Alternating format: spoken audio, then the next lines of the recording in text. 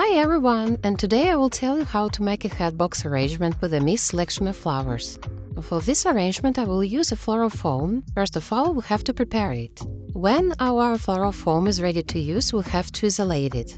We can use plastic wrap or food foam. I work in the same, so it's up to you what to use. And now I use plastic wrap and I'll fix it with the rubber band so the water doesn't get inside the box. The same idea works with food foam. But just to be safe, I usually add one more layer of plastic wrap just in case, to be sure that the water will not get into the box. Because if it does, then everything will get wet, the paper, the box, everything. And the arrangement might not even reach the recipient. Well, this is the most important moment in arranging the composition to protect the show of the florist and of course the recipient, so the arrangement lasts as long as possible and the water doesn't not leak. After we have fixed the floral foam, we add decorative elements. In our video, it's a tissue paper to hide the flower stems at the bottom and the edge of the flower box, and we do it to create more volume for the composition.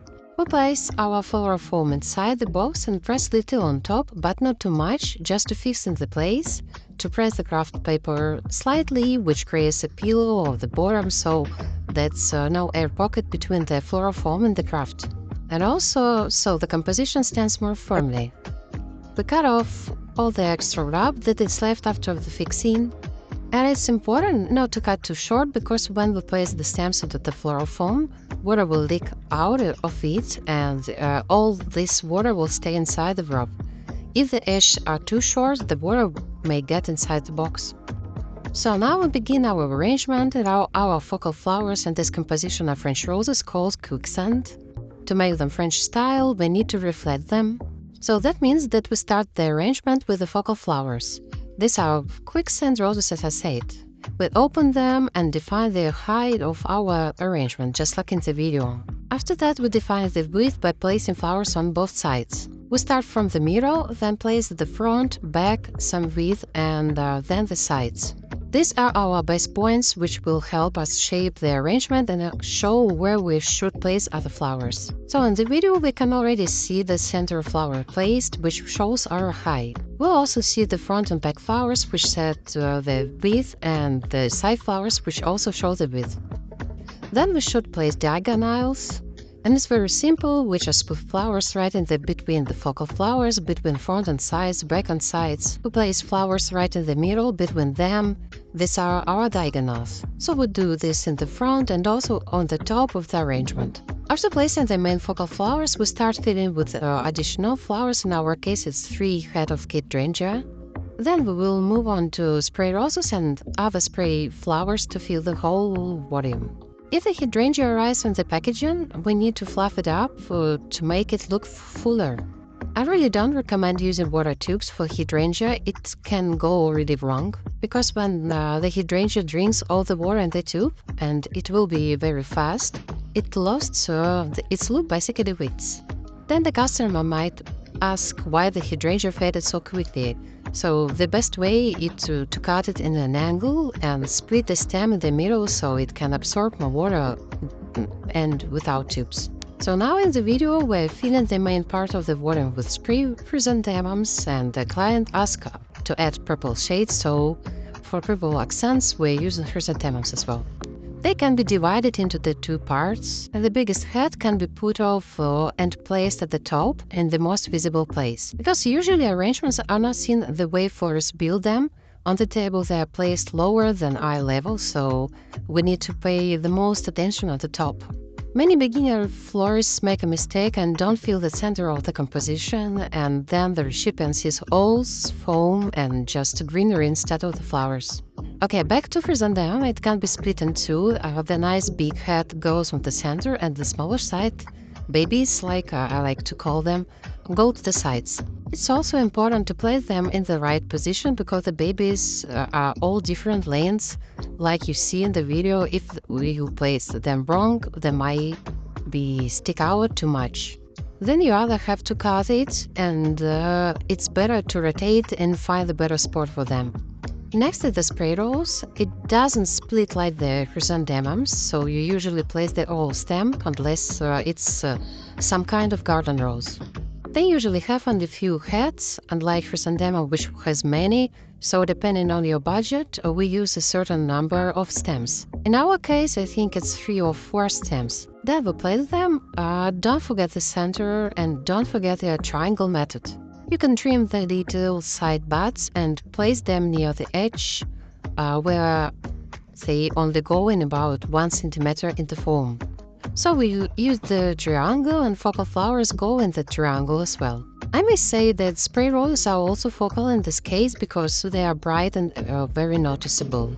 So we always place them in triangle because people find triangular composition easier to understand, more systematic and logical. Also, don't forget to look at your work in the mirror, what you see while making it this thing, but what the customer sees is another. What we see in the mirror is what they see. So it's very important to compare expectation and reality.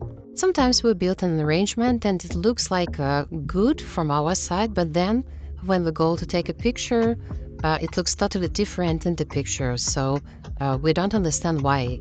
That's why I prefer during the process always check the mirror. Now we move on to tulips. And remember, tulips continue to grow in water and also in floral form because there is water inside.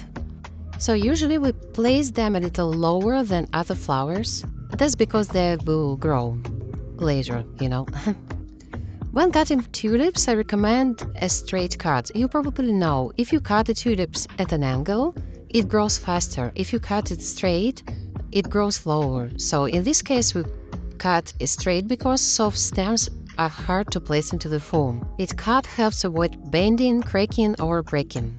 And yes, place it a bit deeper lower there than the other flowers.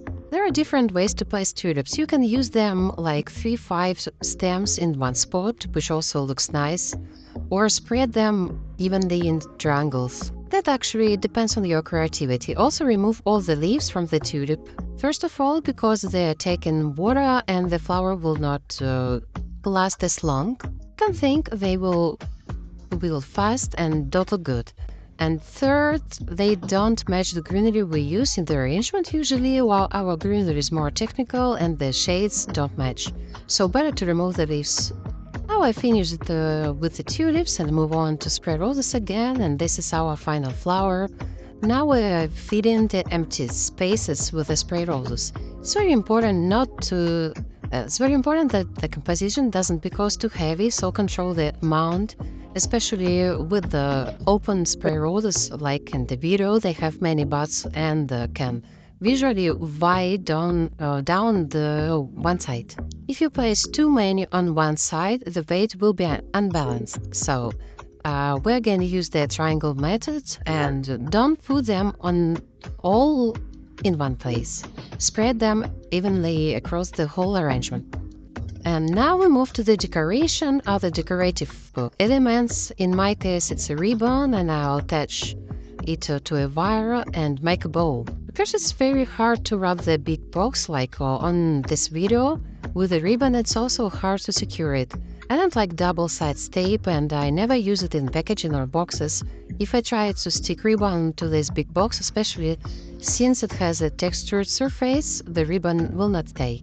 So that's why in this case I use wire and make a bow and insert it into the floral foam to secure it.